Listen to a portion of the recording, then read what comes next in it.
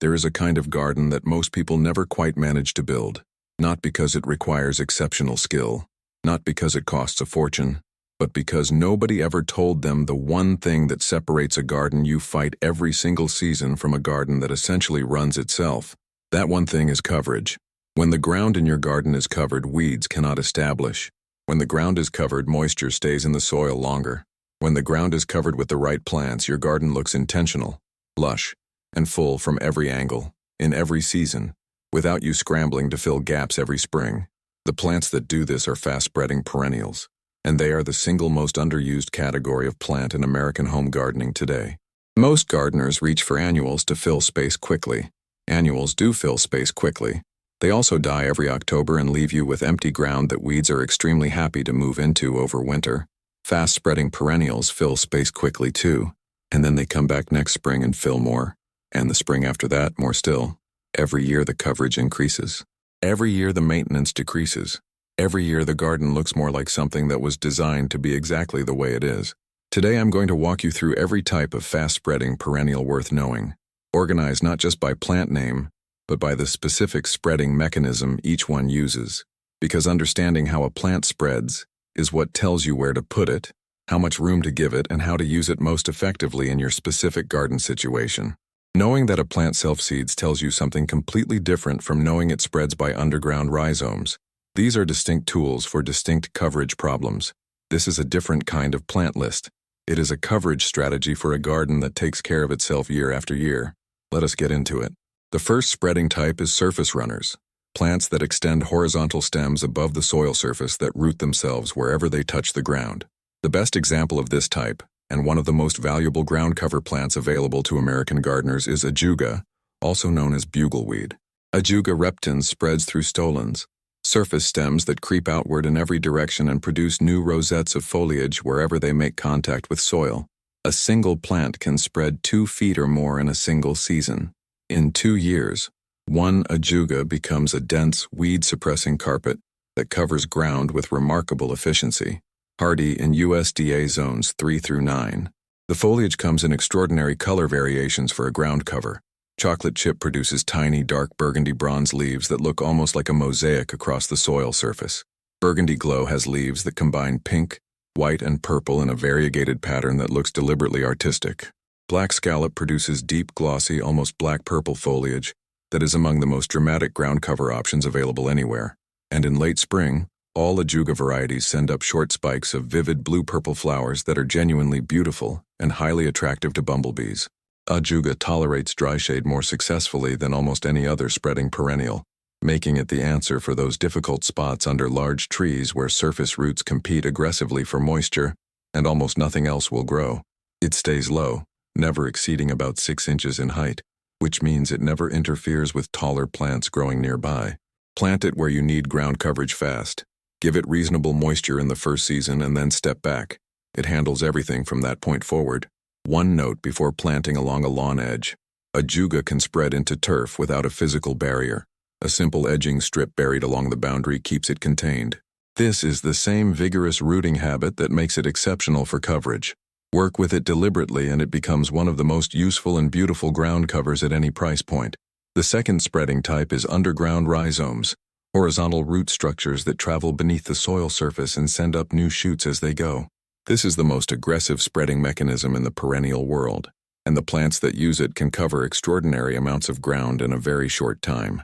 The most spectacular and most useful rhizome spreader for home gardens is bee balm. Monarda didyma spreads through underground rhizomes that push outward steadily each season, producing new shoots at the leading edge of its territory, while the established center continues blooming. Hardy in zones 3 through 9. But here is what makes bee balm genuinely remarkable beyond just its spreading habit. When it blooms in those vivid spiky tubular flowers in blazing red, deep pink, and rich purple, hummingbirds come. That tubular flower shape is biologically engineered for hummingbird feeding. Plant bee balm in a spot where you want both rapid coverage and genuine wildlife spectacle, and it delivers both with extraordinary effectiveness.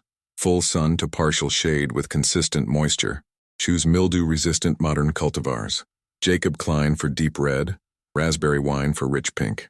Divide every 2 to 3 years to keep it contained in formal borders. or give it open space and let the rhizomes run freely. Bee balm is also a member of the mint family, and the leaves are completely edible, brewing into a tea that tastes remarkably similar to Earl Grey, specifically the bergamot note. You are growing a wildlife garden and a functional kitchen herb from the same plant at the same time. A second essential rhizome spreader is goldenrod, Solidago rugosa fireworks, which provides late-season coverage and bloom at a time when most other spreading perennials have already settled into their dormant season. Hardy in zones 4 through 9. The rhizomes push steadily outward underground throughout the growing season, and by late summer that expansion is visible above ground in the arching sprays of golden yellow bloom that radiate outward, like fireworks in every direction. Before planting, one fact worth knowing: goldenrod has been blamed for fall allergies for decades by millions of Americans. That blame is completely and scientifically wrong. Goldenrod produces heavy, sticky, insect-carried pollen that physically cannot become airborne. Ragweed, which blooms at exactly the same time, produces the actual lightweight airborne pollen that triggers allergy symptoms. Goldenrod simply bloomed nearby while ragweed did the damage and absorbed decades of undeserved blame. Plant it without any concern whatsoever. The third spreading type is self-seeding, plants that drop seeds at the end of each season, which germinate the following spring, producing new plants in the surrounding area without any intervention. The most valuable self-seeder for a forever green garden is coneflower. Echinacea purpura blooms from July through September, and when those blooms finish, the raised dome centers that remain are packed with seeds that drop into the surrounding soil and germinate the following spring. Leave the seed heads standing through winter. You get free new plants, architectural winter structure, and a continuous bird feeding station, all from one decision to resist the cleanup impulse. Hardy in zones 3 through 9. Magnus purple, white swan, hot papaya. The color range has expanded dramatically in recent decades, and every variety self-seeds reliably. Over time, a single coneflower planting that started with 3 or 5 plants can naturalize across a large area, filling in steadily season after season without any replanting from you. This is not a weed takeover. It is controlled naturalization, the kind that makes a garden look like it has been establishing itself for decades, because it has. To encourage the most reliable self-seeding, leave seed heads standing through winter without cutting back until late February. The seeds need winter cold stratification to germinate reliably. Gardeners who cut coneflowers back in fall cleanup remove both the bird food and the following season's free plants in one motion. Leave them. Black-eyed Susan is the second essential self-seeder for a forever green garden strategy. Rudbeckia fulgida goldsturm blooms from July through October, leaves masses of seed heads standing through winter, and produces new plants from those seeds the following spring in a radius around the parent plant. Hardy in zones 3 through 9. The coverage strategy with Black-eyed Susan is straightforward. Plant it in a mass of 5 or 7 in spring. Leave the seed heads standing every fall without exception. By year 3, the original planting has self-seeded into a sweeping colony that looks completely naturalized and requires nothing from you to maintain that expansion. University horticultural research confirms that the goldsturm cultivar specifically blooms longer and more prolifically than the standard species across multiple American growing zones. At the nursery, goldsturm is always the right choice. The fourth spreading type is clump division, plants whose root masses expand outward each year, producing larger and larger clumps that can be split into multiple individual plants whenever they become overcrowded. The important distinction between clump dividers and rhizome spreaders is pace. Clump dividers expand more slowly and more predictably, making them the right choice for situations where you want coverage without the risk of aggressive takeover. Daylily is the defining example of this type. Hemerocallis expands its root fans steadily outward each year and can be divided every 3 to 4 years, each division producing a complete, fully blooming plant that multiplies your coverage at zero cost. Hardy in zones 3 through 9. The color range covers essentially the entire spectrum. Stella d'Oro for compact, continuous gold bloom. Happy Returns for soft yellow with extended heat tolerance. Purple de Oro for rich, deep purple in the same compact habit. Dense foliage suppresses weeds between bloom periods. Acutely toxic to cats, every part including the pollen, so fence off or skip entirely if cats use your garden. For everyone else, the long-term mathematics of daylily coverage are extraordinary. One plant in year 1 becomes a substantial clump by year 3. Divide it into 8 sections in year 4, and you have multiplied your coverage 8-fold at zero cost. Each of those 8 divisions does the same thing over the following 3 years. The compounding math of perennial division is the closest thing to a genuinely free garden that exists in the plant world. Hosta is the clump divider that solves the shade coverage problem more effectively than anything else available in American horticulture. Where daylilies cover sunny ground, hostas cover shaded ground with the same steady, reliable expansion and the same division mathematics. Hosta ventricosa, Hosta sieboldiana, and the enormous sum and substance variety are vigorous growers that expand their clumps steadily and can be divided every 3 to 4 years to multiply coverage across shaded areas. Hardy in zones 3 through 9. The foliage of a mature hosta clump suppresses weeds more effectively than almost any mulch, because the large dense leaves close the canopy over the soil surface so completely that light cannot reach weed seeds below. The variety of foliage colors available, from near black to luminous chartreuse gold to powder blue, means hostas can define and transform the character of a shaded garden space that previously looked bare and difficult. The fifth spreading type is creeping stems with aerial rooting, plants whose stems root themselves at multiple points as they travel.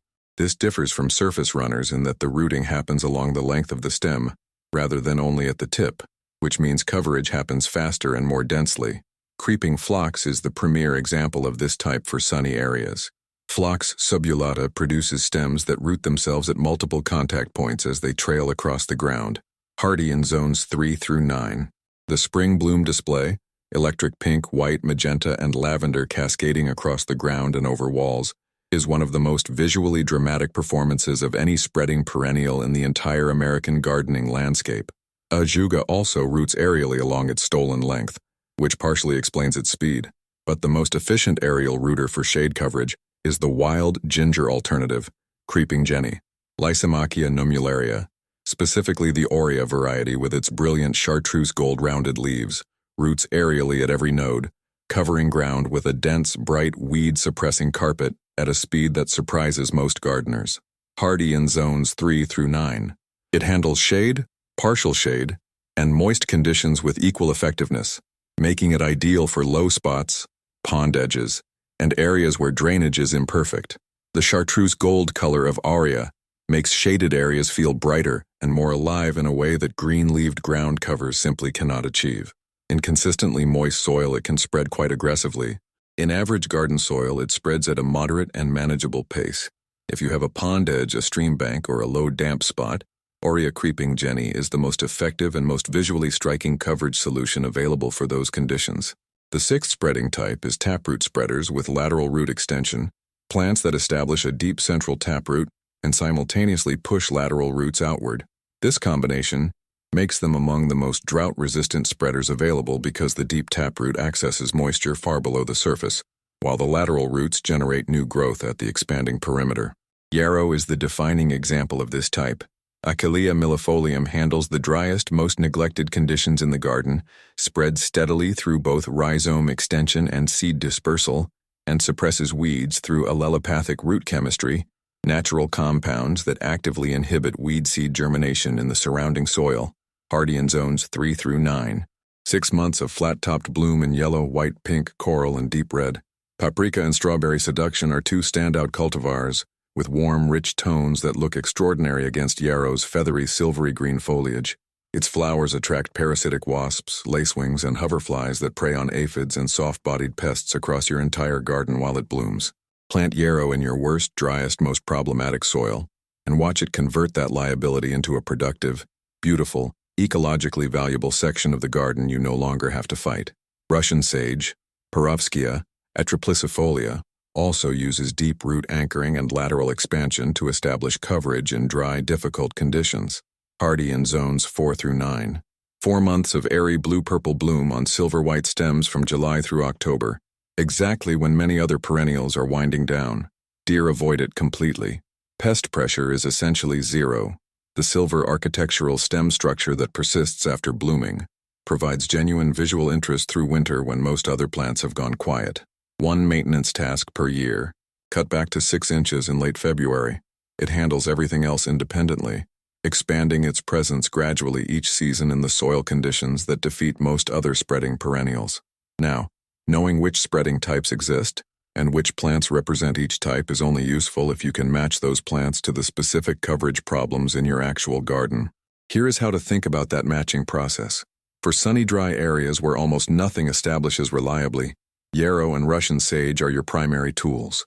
Both thrive in lean, poorly draining soil that would defeat other spreaders. Both provide months of color. Both expand steadily year after year without requiring anything from you beyond the most minimal annual maintenance. For sunny areas with average moisture where you want maximum floral impact alongside coverage, plant bee balm for rhizome spreading with hummingbird attraction, black-eyed Susan for self-seeding coverage with late-season color and wildlife value, and coneflower for naturalization with year-round bird feeding and architectural winter interest. These three together create a planting that covers ground, feeds pollinators, feeds birds, attracts hummingbirds, and provides genuine wildlife habitat all season and well into winter. The bloom succession across all three is nearly seamless from midsummer through the coldest months. For shaded areas under trees or on north-facing slopes, ajuga for dry shade, creeping jenny for moist shade, and hosta for any shade provide a complete toolkit. Hardy geranium, Geranium X cantabrigiense, is another outstanding option for dry shade coverage that most gardeners overlook. It produces soft pink and white flowers in late spring, turns rich bronze red in fall, and spreads steadily through clump expansion without ever becoming an aggressive problem. It handles the dry shade under large established trees better than almost any other flowering perennial available in American horticulture.